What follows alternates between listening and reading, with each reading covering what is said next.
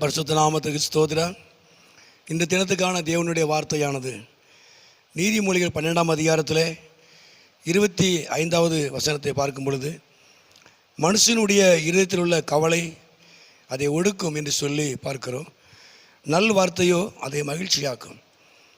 மனுஷனுடைய இருதயத்தில் உள்ள கவலை, ஒரு மனிதனுடைய இருதயத்தில் உள்ள கவலையானது அவனை ஒடுக்கும் என்று சொல்லப்படுகிறது.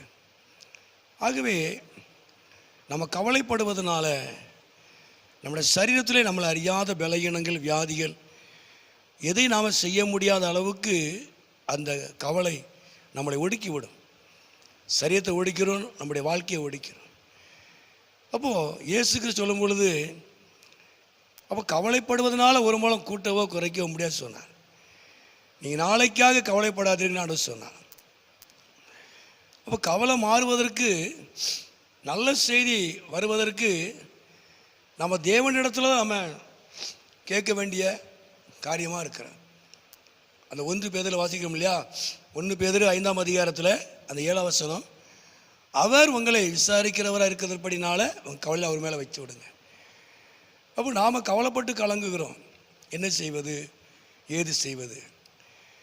அப்போது நாம் ஒரு காரியத்தை நினைக்கணும், நம்மளை விசாரிக்கிற ஒரு தேவன் இருக்கிறார். நம்ம கவலைப்பட்டு கலங்குவதனால மற்றவங்க விசாரிக்கிறாங்களோ இல்லையோ, இரத்த சம்பந்தமான உறவுகள் விசாரிக்கிறதோ இல்லையோ, ஆனால் நம்மளை விசாரிக்கிற தேவன் ஒருவர் இருக்கிறார். அவர் விசாரித்தாலே நம்முடைய பிரச்சனைகளை மாற்றுவதற்கு போதுமானவராக இருக்கிறார். அப்போ அவர் விசாரிக்கிறவராக இருக்கிறதுனால நம்முடைய கவலைகளை அவர் மேலே வைத்து விடு. நான் பிலிப்பில் வாசிக்கிறோம் இல்லையா? 4ஆம் அதிகாரத்தில் 6ஆம் வசனத்தில் அந்த 7ல் வாசிக்கிறோம். அதாவது, நீங்கள் ஒன்றுக்கும் கவலைப்படாமல் எல்லாவற்றையும் குறித்து உங்கள் விண்ணப்பங்களை ஸ்தோத்திரத்தோடு ஜெபத்தினாலும் வேணுனாலும் தேவனுக்கு தெரியப்படுத்துங்க. ஒன்றுக்கும் எந்த ஒரு காரியத்துக்கும் கவலைப்படாதீங்க.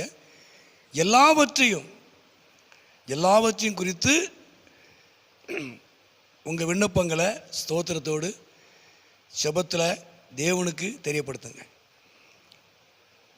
அப்போ நாம் தேவனுக்கு தெரியப்படுத்தணும், ஜெபத்தில் தெரியப்படுத்தணும். நம்ம தெரியப்படுத்துவதனால தொடர்ந்து வாசிக்கும் போது, அப்பொழுது எல்லா புத்திக்கும் மேலான தேவ சமாதானம் உங்கள் இருதயங்களை என்ன செய்யும், ஆளுகை செய்யும் என்று சொல்லி பார்க்கிறோம்.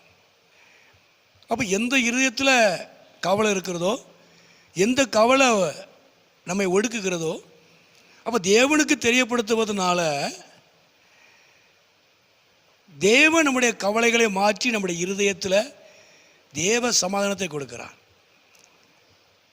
அந்த கவலைகளை கர்த்தர் மாற்றுவதற்கு அவர் உண்மை உள்ளவர். கவலைப்பட்டிருக்கிற உங்கள் இருதயத்தில், உங்கள் சிந்தையில், உங்கள் வாழ்க்கையில் தேவ சமாதானம் ஆளுகை செய்யும். எல்லாவற்றையும் நம்ம அவரிடத்தில் ஒப்பு கொடுக்கறதுனால, செபத்தில் தேவனுக்கு தெரியப்படுத்துவதனால அவர் நமக்கு தேவ சமாதானத்தை தருகிறவர். கவலைகளை அவர் மாற்றுகிற ஒரு நல்ல தேவன். உண்மையாகவே நாட்களில் உங்களை விசாரிக்கிற ஒருவர் இருக்கிறார். உங்கள் கவலைகளை மாற்றி தேவ சமாதானத்தினால் நிரப்புவதற்கு ஆண்டவராய தேவன் அவர் உங்களுக்கு போதுமானவராக இருக்கிறார். ஜெபம். எங்களை அதிகமாக நேசிக்கிற நல்ல பிதாவே, அருமையான இந்த நேரத்துக்காக நன்றி செலுத்துகிறோம். இந்த சத்தத்தை கேட்டுக்கொண்டு அருமையான நம்முடைய பிள்ளைகளை, குடும்பங்களை கர்த்தர் ஆசீர்வதியும். ஆண்டவரை, எந்த காரியத்தை குறித்து கவலைப்பட்டு கலங்கியிருக்கிறார்களோ, என் தேவன் அவைகளை மாற்றி உம்முடைய சமாதானத்தினால, சந்தோஷத்தினால நீர் அவர்களை நிரப்புவீராக. ஆண்டவரே, உண்மையாகவே நாட்களில் அவங்க வாழ்க்கையிலே நல்ல செய்தி, நன்மைகள் கடந்து வரட்டும். ஆண்டவரை, நன்றியோடு நாங்களுமே துதிக்கிறோம். நல்வார்த்தையோ அது மகிழ்ச்சியாக்கும் என்று சொல்லி நாங்கள் பார்க்கிறோம். ஒடுக்கி கொண்டிருக்கிறதான கவலைகளை கர்த்தர் மாற்றி நல்ல செய்தி அவங்க வாழ்க்கையிலே உண்டாகட்டும். நல்ல செய்தினால, நீர் கொடுக்கிற நன்மையினால அவங்க வாழ்க்கை மகிழ்ச்சி ஆகட்டும், சந்தோஷம் அடையட்டும். அப்படி நாமத்தை மகிமைப்படுத்தும். ஆசீர்வதி. இயேசுவின் நாமத்தில் ஜெபிக்கிறோம் நல்ல பிதாவே. ஆமென், ஆமென்.